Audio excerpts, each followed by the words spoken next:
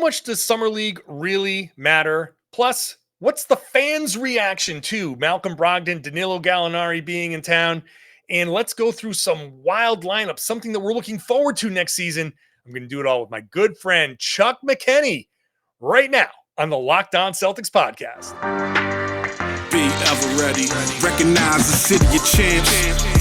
Boston, baby, we do what you can't. Locked on number 18, Tatum and Brown, J-team. Step back, we gon' wet that and slay teams. Of course the Celtics, who else could it be? Screaming like KG with the Larry O.B. Karalis above average, assessing the team status. Best daily pod, no cap, salary matching. Clutch like Bird the DJ, keep John on replay. Prime time, dapping up the truth on the sideline. Raining J's, how it started, raising banners, how we finished. Locked on Celtics pod, home of the winners. B. Hey there, welcome back to the Locked On Celtics podcast. Thank you for making this show part of your daily routine. I'm here for you Monday through Friday with a fresh, free podcast for you wherever you get your podcast, whatever device, whatever app you want to use. It is there. It's available. It doesn't cost you a damn thing. You can also watch the show on YouTube if you are so inclined. It's a fun thing to watch. Put it in the background while you're doing your cleaning or you're barbecuing or whatever. It's the summer. Maybe you want to, however you want to do it, put it on at work. I won't tell anybody. I'm John Karalis. I cover the Celtics for Boston Sports Journal. I've written a book called Boston Celtics All-Time All-Stars. And I was one of the media voters for the Celtics 75th anniversary team. And today, completely structureless, completely no format, no nothing, because this is a voice of the fan sort of podcast. And I couldn't do this without my good friend and former RedsArmy.com partner, Chuck McKenney. Chuck, I've been looking to get a fan of the podcast on for a while. And so you, as a big fan of John Karalis and the podcast, I've chosen you. I can get you an autographed, shirt or something if you want, if you give me your address. You know, I love you, man, like a brother. But I'm just coming around to. I think podcasts are around to stay, so I'm finally realizing that. So I'm starting to listen to more. I've been a very slow adopter to podcasts, even though you and I were one of like the pioneers. We did them before they were called podcasts. Yeah, it really was you, and you just dragged me along. But we have internet radio shows, and we like to crow about that. But so I'm slowly starting to. Accept podcasts and listen a little more. Also driven by my disdain for Boston sports radio, which I can't, completely stop listening to because I think I rage listen. You just on and see. But I have listened a bit, and it's been a pretty exciting offseason for the Celtics. So I'm trying to consume, or at least I was with the initial start of free agency, as much media about the Celtics as possible. So I love to be around. I expected you to say you got 7 minutes to talk about Brogdon, you got 3 minutes to talk about Gallinari, and we're moving on. But now I can exhale. This is just we'll talk about whatever we want. Fantastic. Yeah. So it's like I said, it's free form. I do want to get I busted your balls a little bit because hey, you're a fan of the show, but you have retired from the blogging side. For people who don't know, Chuck and I founded RedsArmy.com back in 2006. So, I mean, technically I've been covering this team for 16 years now, which is mind blowing. But we started out Reds Army, which grew in popularity and became really, really popular and launched my career. Chuck chose the fatherhood path and has spent most of his time going to other basketball games, watching his kids. One of your sons is just a tremendous athlete, especially. Every time he's like, "Hey, what's going on? I got this game to go to. I got baseball. I got basketball. I don't know, lacrosse, whatever the hell he's doing. He's always in some sort of all-star team. So congratulations to you. He's already outshining his dad athletically, so that's good. That wasn't a tough bar, but anyway." Chuck and I are also Emerson grads. Chuck had a stint on the Emerson basketball team. We worked together in TV. And so Chuck has been very immersed in the Celtics, and since his retirement has been able to kind of kick back. And one of the things that you were saying, let's just start off with this before we came on. and you were starting to go off on this thing. I'm like, shut up, save it for the podcast. Is, we've been talking about Summer League because people who listen to podcasts are like just so deep into a team. And if I'm doing 5 days a week still. So if I'm filling 5 days a week in July, I'm talking about Summer League a lot. You haven't even watched Summer League. So I love that. I love that because it feels like you were saying before, why would I watch Summer League if none of these guys are going to make an impact? This is a championship, potentially championship team here. So I love that perspective of yours where maybe you have watched Summer League in the past and now you're like, pass. Yeah, well, I mean, so there's two parts to this. One is, for the first time in a while, our basketball season extended, into June in a traditional sort of, basketball calendar, not counting all that bubble stuff. So, and it was intense. So for me, it was just like there was a level of relief as a fan. I know that sounds kind of corny, but we're so emotionally invested that when the finals was finally over, I was like, oh, okay, I need a break from this anyway. Yeah. Then you kind of prepare for free agency and all that stuff. But yeah, I mean, it's kind of refreshing to, and I joked, it's like because all of the beat writers, and I may not, bark a lot on Twitter as I used to, but it's cute to see you guys all like, oh, the Summer League game tonight and this and that and who they're playing and who we're going to look forward to watching. And I'm just like, this is all nonsense. And I realize you have to care. You're paid to watch and write about these players, but none of it matters. Yeah. Like the middle school Summer League game I watched tonight probably matters about as much as the Celtics Summer League because the roster is set, right? Mm-hmm. Anybody from Summer League who makes it, maybe you could care this much about Sam Hauser. But, and I hope I got his name right. But Udoka has his 10 guys, and I think it's inconsequential. None of it matters. Yeah, You know that. I know that. That's the thing. And so my whole thing is to be real about what's going on here. I try to tell everybody, I'm not gonna BS you. I'm not gonna go hot take. I'm just never been that guy. I'm not gonna be that guy. So I'll be honest, up front, I'm struggling with how to cover Summer League because I'm watching this and I'm supposed to care, but in the second quarter, I find myself kind of drifting. I'm like, oh wait, I got to rewind that. What just happened here? Because you're 100% right. None of this matters. And it's hard when you know that this team is going down a certain path. And we just said, look, Brad Stevens is trading away first-round picks because those picks aren't going to do a damn thing on the Celtics. So why am I suddenly going to say, well, this undrafted guy will do something with the Celtics? Okay, maybe they strike gold, right? Maybe Matt Ryan, who's had a great shooting Summer League in 2 games, maybe he does make an impact. Maybe there's a diamond in the rough there. Maybe Sam Hauser does find his way into the rotation somehow. Maybe there are a lot of maybes, but Kabengele, who you're probably like, who? Fiondu Kabengele, that's people are excited, oh wow, he had 13 rebounds. Yeah. Also, no one boxed him out 13 times, and he's working hard, he's playing his butt off, and he's really doing a lot of good things. That's great, but it's going to be a little bit different when he goes up against the Knicks, and even a mediocre Knicks team suddenly is like, oh yeah, kid. No. This isn't the guy in Summer League that you're playing against that is hoping to hook on with some Spanish B League team. So it's Summer League is part of the the larvae pupae stage of the butterfly. Wait, did Analogy Man just make an appearance? Yes, it just did. All right, just did. Sure. This is the part. Did the music not play? Did the chime not ring? but this is like we go through it every year. And this year in particular, it matters so much less because you're right. You've got your starting five. They just signed Brogdon. They just signed Gallinari.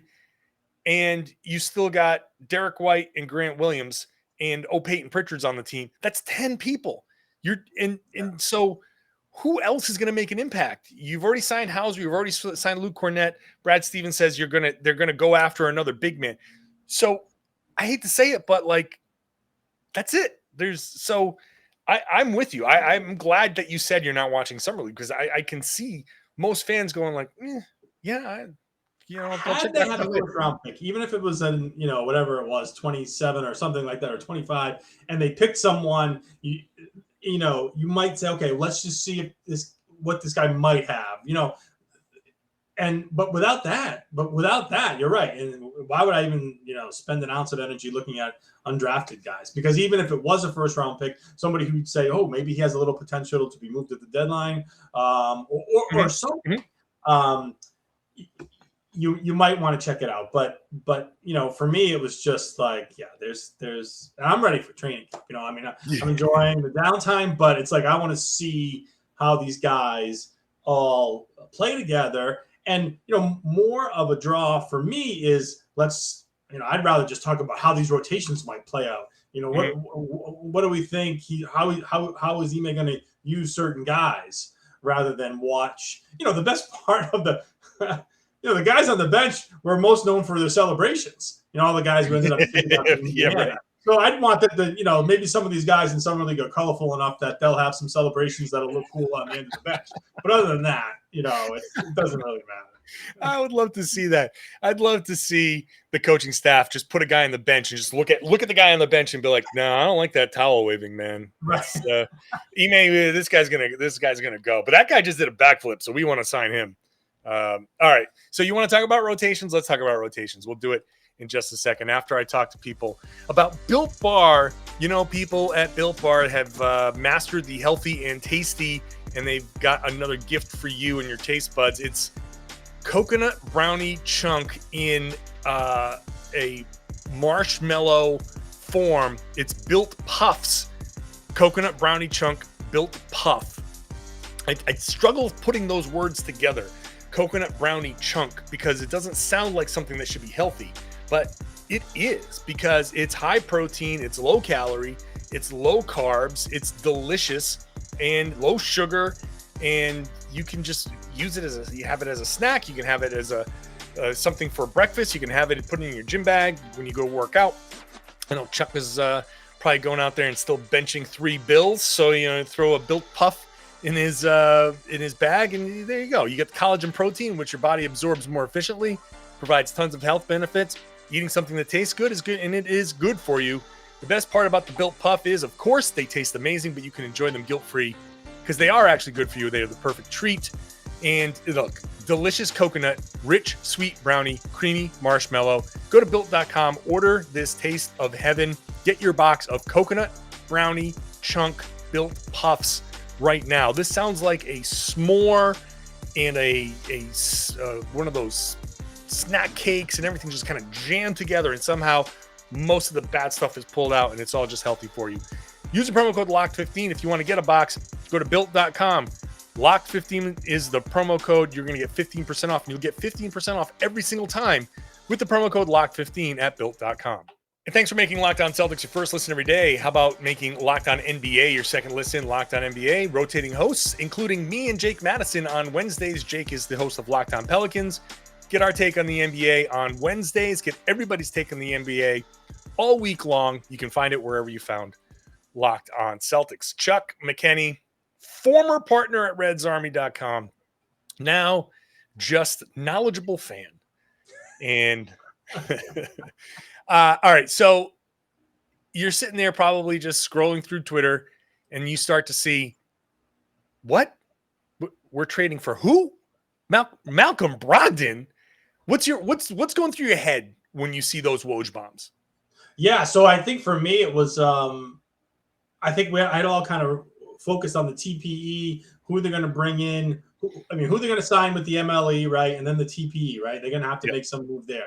So, and whenever a name comes up that I'm like, what did I miss? Was there a couple days when I was off Twitter because to me, I don't recall seeing any sorts of rumors that Brogdon was in the mix to be moved to anybody, never mind Boston, right? I mean, I don't know. That's right. So that surprised me.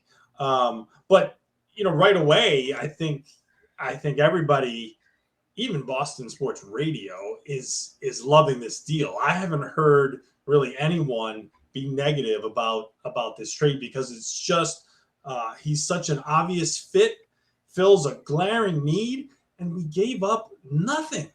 Yeah. So I mean, when you cover all of those bases in a deal, it's just it's fantastic. And I think just to go back to what you said when I first heard about it, I think it was like, okay, how bad is his health, right? I mean, because Indians really seem to be giving up on him, but I don't really have any major concerns. I mean, sometimes guys get hurt, they go through a season or two where they have ruts, injury wise, but for me, I think a big part of this season is going to be load management for Tatum and for Brown and even for Smart.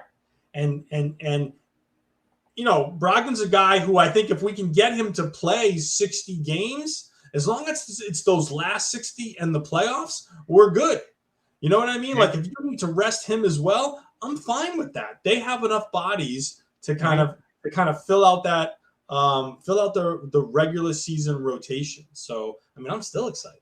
Yeah. It's so funny. I think it was Brian Robb who said it first, that the Brogdon deal was something that I would have laughed at if somebody tweeted it at me off of the trade machine, and be like, okay, hey John, we'll give up Tice and Nesmith and all of these bench guys and a first round pick, and we'll get Malcolm Brogdon. And I honestly could see myself saying, there's just no way. First of all, you never trade 6 for 1. That's just impossible to do. And why would they take that? I like Daniel Tice. I also think Aaron Nesmith has the potential to, under a low stress situation, maybe find his shot again and kind of, be a classic change of scenery guy. And okay, that's all nice, but like the construction of this trade was just bizarre. And I never, if you had told me that was a trade machine thing, I would have laughed and probably would have quote tweeted it and try to dunk on somebody, be like, this is why you got to take the trade machine away from people, and is an actual deal. So I can't believe the way he pulled that off. Brad Stevens pulled that off. And what it immediately did was immediately neutralized any of the TPE talk, because now you don't have to use it. This giving up nothing for Malcolm Brogdon as far as players go is the same as giving up nothing for Malcolm Brogdon as far as the TPE goes. You let all those guys go anyway. You're going to cut most of them. Nesmith became expendable. Daniel Tice is a casualty again. And you say, all right, well, it's 6 of one, half a dozen of the other to me. So if the TPE expires, so be it. So I can see why even the most cynical outlets at sports radio will be like, we got nothing. We got nothing on this. And then they add Gallinari. What's your thought process now? You're like, on top of Brogdon, you hear, well, Gallinari's coming in. Yeah, I mean, I think he fits the bill. And I'm just trying to recall, like, there'd been a bunch of lists, and I think you had put together one of MLE targets, right? And we started, I think Kentavious Caldwell Pope was one of those guys we thought who would actually, maybe he was a TPE guy, but there were just certain players. And then we started to see early in free agency, like some of those players were, and I'm drawing a blank, were signing, right? And I was starting to wonder, but Gallinari always kind of being out there, even though he was a bit in flux because he had been moved to San Antonio. So I kind of kept my eye on him.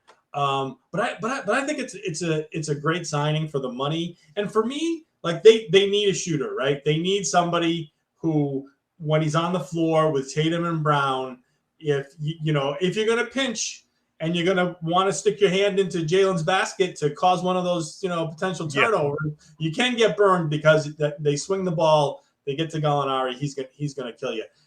And another thing so defensively, he's not the greatest player. I don't care. You can't build out. You're not going to have 10 guys who are all clamped down defensive players.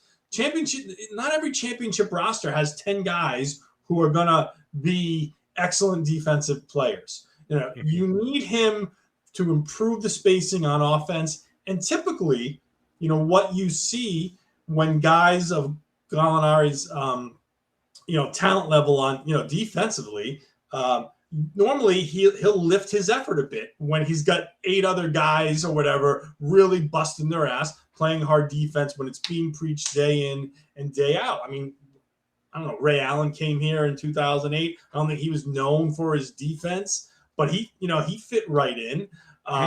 So there are guys that do that, and I think he can. He's not going to be any type of lockdown player, but I'm not really concerned about that.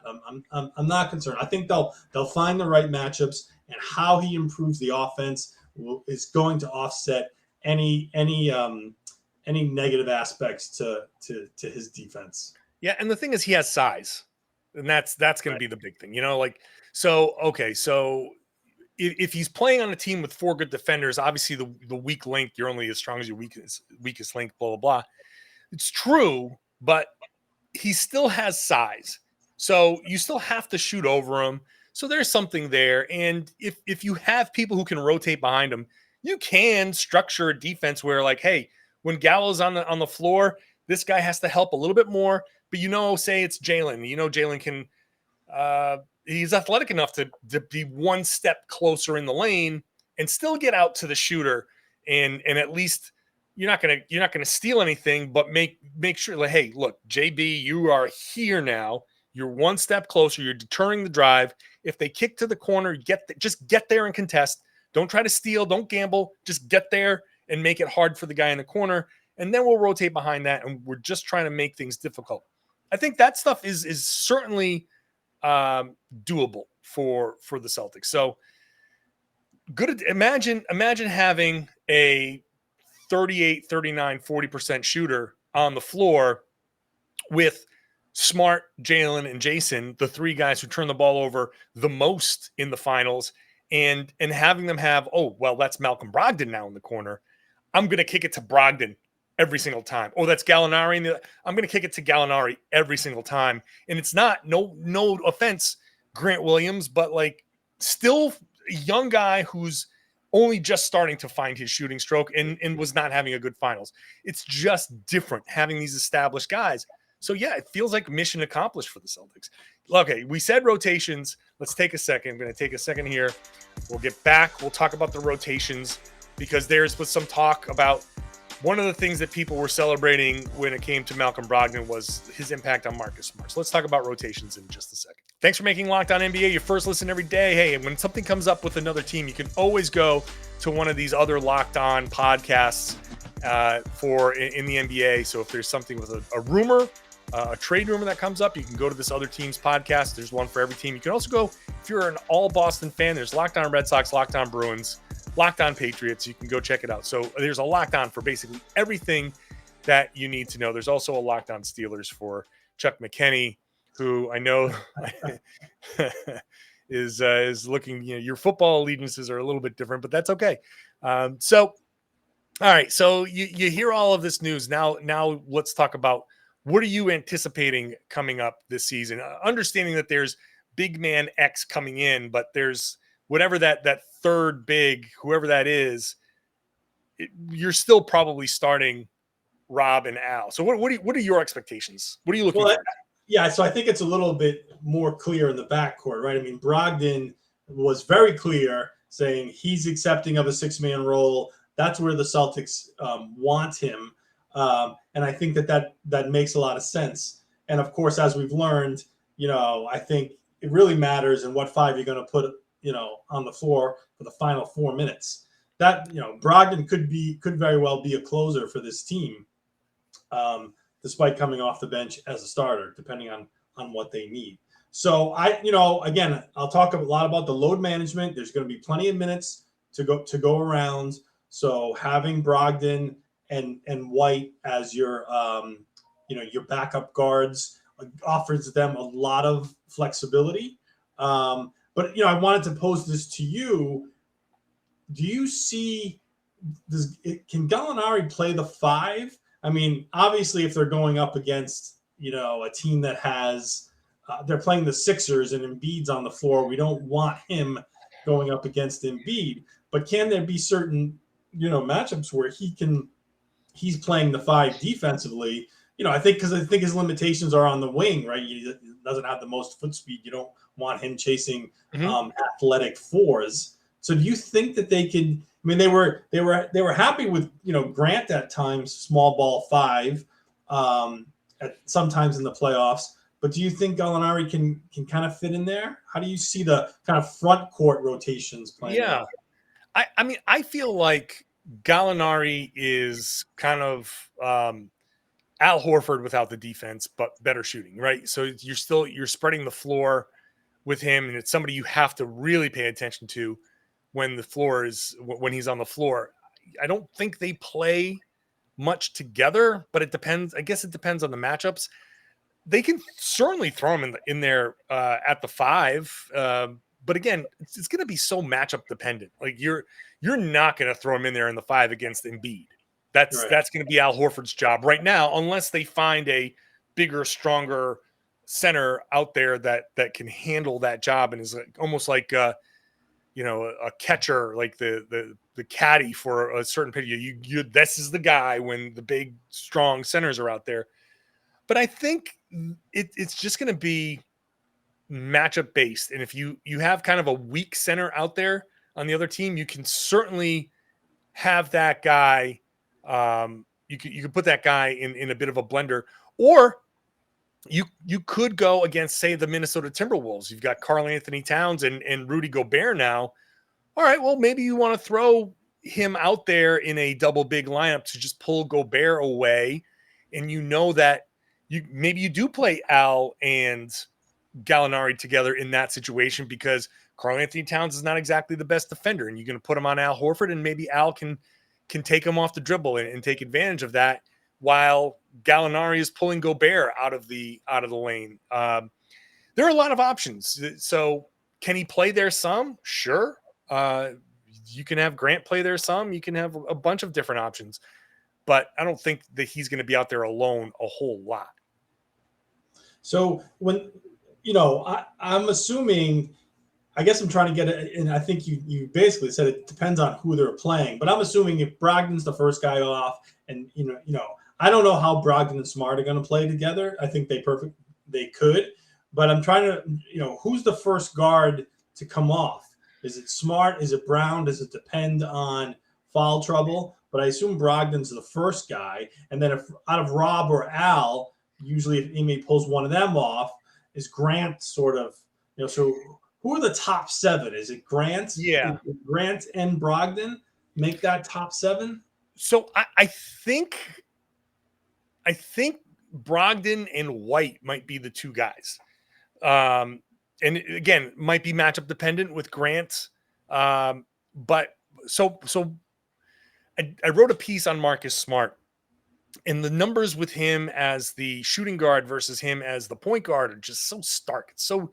It's the still a plus, but the plus minus is like 14 or something with Smart as the point guard and +2 or something like that with him as the shooting guard. And that doesn't tell the whole story because there are different lineups and everything. And that certainly made noisier with a lot of Dennis Schroeder minutes involved, but still when Smart is off the ball, it's not as good as when Smart is the point guard. So I would like to see, and I think so because I like to see it, this is how I hope it goes. Smart as the point guard, obviously the starting point guard, with Brogdon kind of as his pseudo backup, and Derek White kind of as Jaylen Brown's sort of backup. So when Brogdon comes in, he can either come in directly for Smart and be the point guard, or if they try to do something different, then Smart's the point guard with Brogdon on the floor and Brogdon plays off the ball. Yeah. There are going to be lineups, and I wouldn't be surprised if they test out the lineups with Smart, White, and Brogdon. I mean, you can see some of that in the preseason just to kind of see how those other guys are off the ball. Because now you've got 3 guys on the perimeter that can put the ball on the floor, make the right pass, really blow up the defense. You want to go super, super small, Chuck? Those 3 guys plus Jaylen and Jayson as the 5. Right. Now that could be super small, but super fast. I mean, that could be an offense that just is moving. That could be the death lineup. That could be Boston's version of the death lineup. And you lose no defense at all. And you do that not against maybe an Embiid, but hey, maybe you say, you know what? If we want to throw that lineup out there and dare Embiid to try to guard those guys, and you say, we'll deal with the Embiid post-ups, but we'll just swarm him and say, you got to guard now, you got to guard Jayson Tatum. Good luck with that. Maybe you throw that kind of philosophy out there. But I think what you see with these rotations is the ability to do any number of things. You want to go super big? Let's get wild with it. Let's put Gallinari, Horford, and Robert Williams out there on the floor together with Tatum and Brown and have Tatum run the play. Now you go super big and you still have 4+ defenders and Gallinari. So you can still, if size becomes an issue, you can throw 3 guys out there that are like actually 4 that are 6'9" plus, and then Jaylen who's 6'5", 6'6". The limit, there are no limits to super big, super small. But what I would like to see is Smart as the point guard when he is on the floor. And then if you want to throw Brogdon and Derek White together and have Brogdon be the primary guy or play off however you want to do it, I don't want to see Smart off the ball as much. And I think so many people were celebrating Brogdon coming in. They're like, oh, finally, Smart's off the ball. Like, no, actually, I think you bring him in and Smart plays almost exclusively point guard now because you don't have to play Smart off the ball. And that, I'll stop rambling. You're when you start a guy as a point guard, once he gives the ball up, it's, right. You're all over. It's like the leadoff hitter in baseball. You lead off once and then you're wherever. So I acknowledge that, but I just think Smart as the point guard giving it up and then in the rotations, it just works better. So there's a lot there. There's a lot to digest. I'm really looking forward to the preseason to just see all the wild experimentation that they can go through. Yeah, so I think Brogdon's real value can come in that, in those fourth quarters. What we saw a lot of in the playoffs, especially against Miami and then Golden State, was that offense kind of bogging down, specifically when it was Tatum and or Brown. Now, I never liked them just holding the ball and wait and kind of like passing it off at the top of the key, hunting for a matchup, waiting till it got down to 8 or 9 seconds, and then you finally get your matchup. But in my opinion, it was always like, then it felt rushed, right? It's like you're killing time, you're trying to find the matchup, and then you're rushing, and then they're not making the best decisions or they're forcing it into the paint. Now, I get it. You want the ball in the hands of your best, one-on-one players.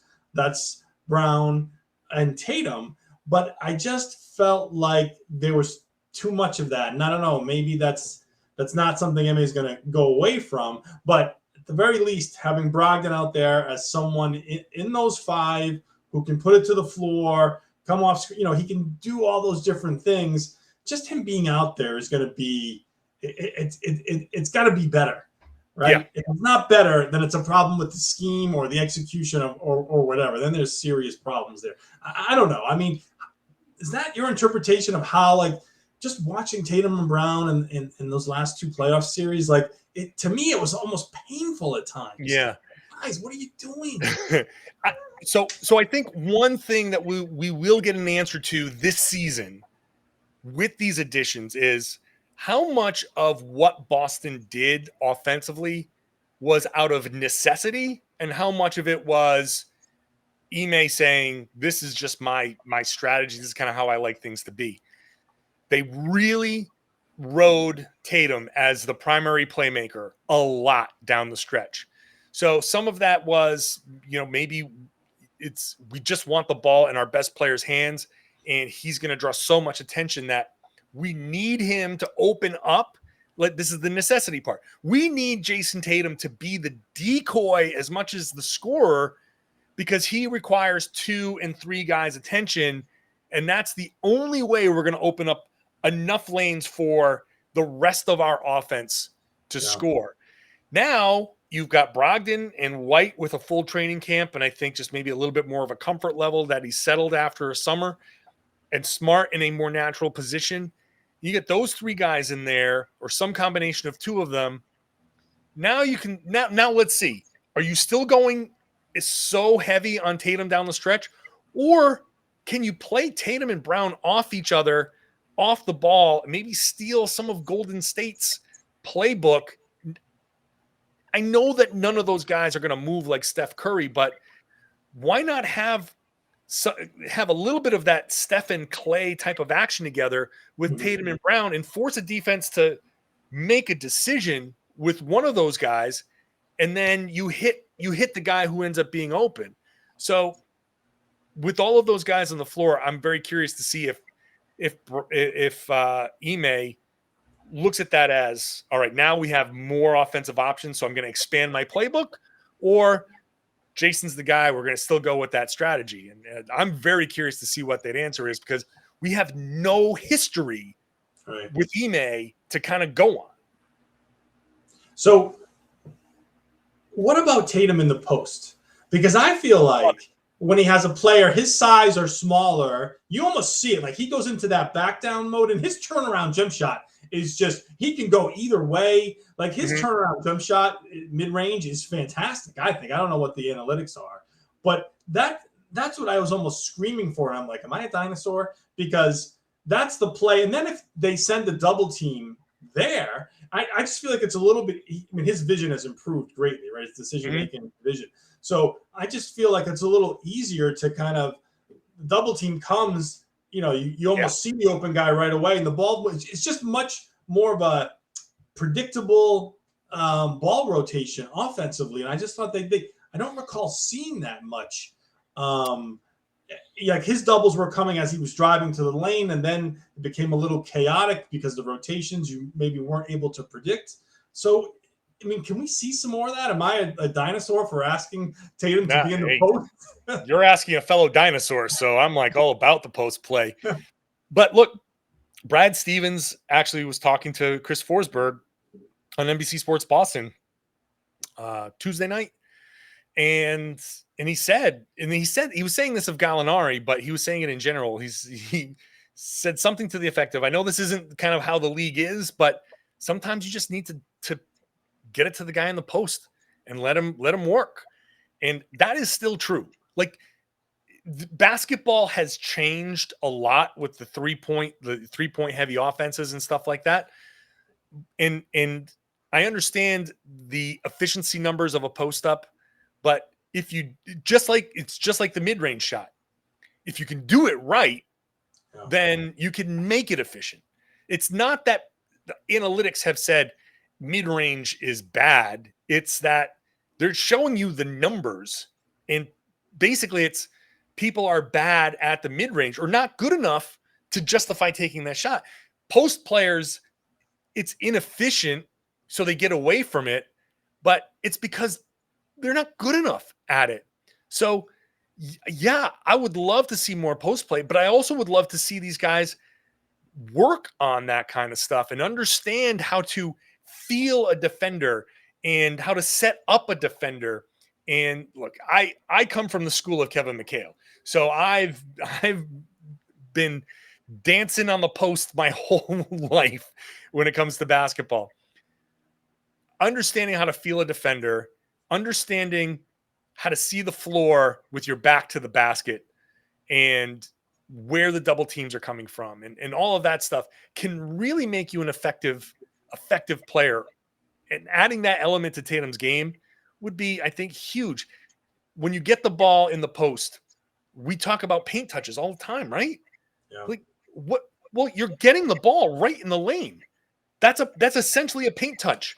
You take one power, you get the guy on your hip a little bit, you take one power dribble, jump hook type of thing. You're in the middle of the lane. They're going to collapse on you. And Tatum is a big, strong guy. He's got those shoulders that every basketball player will kill for now. Use those to kind of wedge your way into the lane. Absolutely. Use that newfound passing to start picking people apart off of that. Absolutely something that they should work in. I mean, I think we see Jaylen's mid-range is so strong. Even his ability to kind of do fadeaways.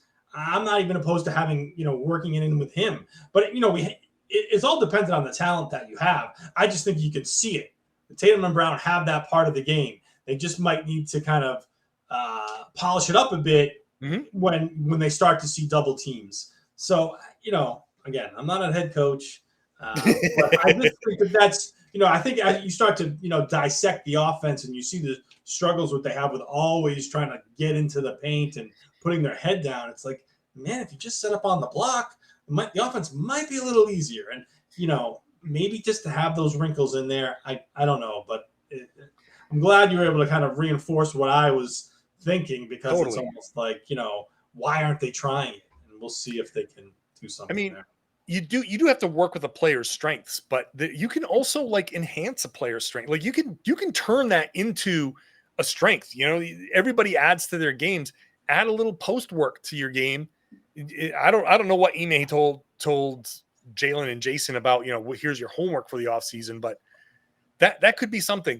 Again, I'm so curious because we don't have the history of Ime.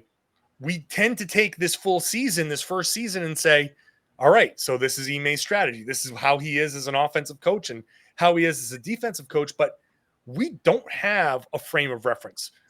A second, a third, a fourth, a fifth season will start to give us perspective that we don't have, and you'll start to see, okay, he's either rigid in what he wants offensively and defensively, or he's very fluid and open and will work to the strengths of the players that he has. So is he a Mike D'Antoni? I have a very specific system that I am going to run, or is he more kind of Greg Popovich?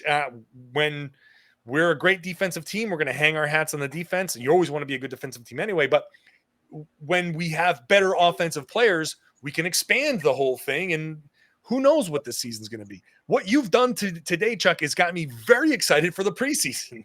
I now want these answers like tomorrow. All right, let's get these guys out there. I want to see what this offense is. Let's go. I'm curious.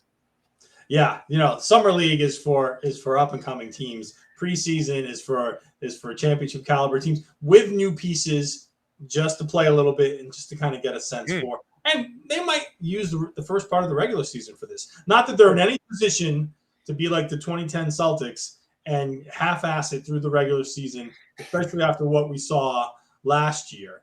And I don't know if we're running out of time, but I am curious what your thoughts are.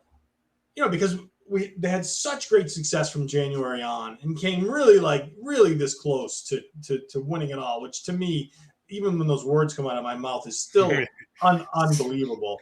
But is there any possibility that the basketball that we saw last September through December kind of reemerges this fall? Or is that behind them? Is it like they worked through that stuff? One, Tatum and Brown are they too good now? And does this group know how to play together? Yeah, I would lean towards it's behind them. I can see them starting a little slower than when we get the full picture of the season.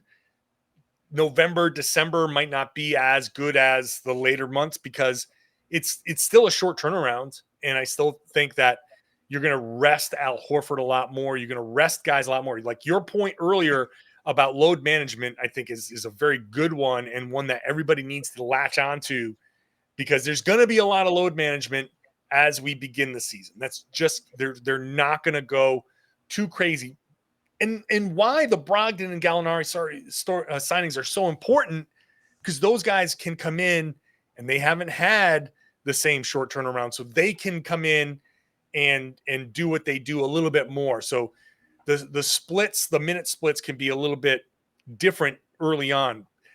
I think last season, when you look at last season, what caused that slow start? Schroeder was a big problem, I think, for that team. It just threw a lot off, and that was corrected. Brogdon is not going to be that kind of guy. He's not that kind of player. Health-wise, you have to hope that the health is a little bit better. I don't know what the league's COVID plan is going to be, but last season started with, in the preseason, Jaylen and Al Horford got COVID. So that slowed them down. That, if they stay healthier to start the season, you can get that full training camp and you can implement a lot of whatever new is going on. That, I think, will be helpful. And the year of Ime under their belts already. So now they know what he's trying to do. Now they understand the system that they've bought into and they've seen it work. You get into that right away versus having a January buzzer beater against the Knicks be the thing that makes them go, okay, fine. You win, Ime. We'll do it your way. So I think all of those factors will get them going a little bit sooner. And Brad Stevens and Ime Udoka both said it. We don't want to go through that again. So I think they've explicitly made it clear we are not starting slow. We're not doing 18 and 21 again. So I think that should all be behind them, because this is all geared towards having that be behind them. Yeah, and you're right. Ime now he kind of has that sort of look what we did last year.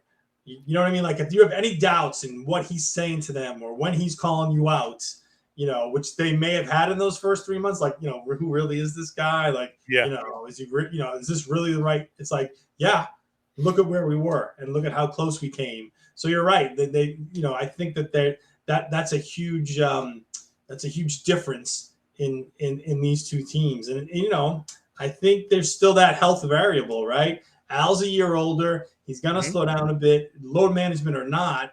And then, Rob Williams, it's still like there's still a different team when he's at optimum health at that 5 spot. I mean, they are just a lethal team defensively when he's at his peak. And I just want to see the guy play 70 games. I won't say 82 because that's probably no chance. But if we can get something like that from him, man, that would just – that'd be soak that in. I mean, you'd like to think that one of these years the health luck would be a little bit better, but I don't know. We'll see. I think some good lessons were learned, and hopefully Rob understands. Look, Rob played more than he ever did, minutes wise and as games wise. So while we can sit there and be like, oh, he got hurt again, also he played a ton more than he usually has. So hopefully that injury just gets him like, all right, I got to be even better next year with my body. I got to be even better in the offseason about taking care of myself and all of that stuff. So hopefully that lesson was learned. A lot of lessons learned that I hope apply. The lesson that the network would like to teach me is, John, you're supposed to do 30-minute shows, and here we are at minute 48.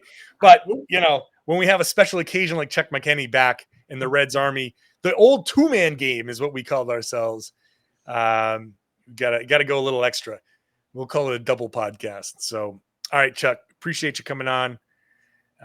We'll talk again. We'll do this a little bit more often. So thanks to Chuck McKenney. Thanks to you for listening. Thanks to you for watching. If you're not a subscriber and you're still here at this point, that means I hope that you are going to stick around and subscribe. So make sure you do that and watch the show on YouTube. Subscribe on YouTube. If you do subscribe on YouTube, hit that bell to make sure you get the podcast, get notified when a new podcast drops. Like it, give it the thumbs up, comment, all of that stuff. And of course, share the podcast. Tell your friends, tell everybody they should be listening to and watching the Locked On Celtics podcast right here on the Locked On Podcast Network.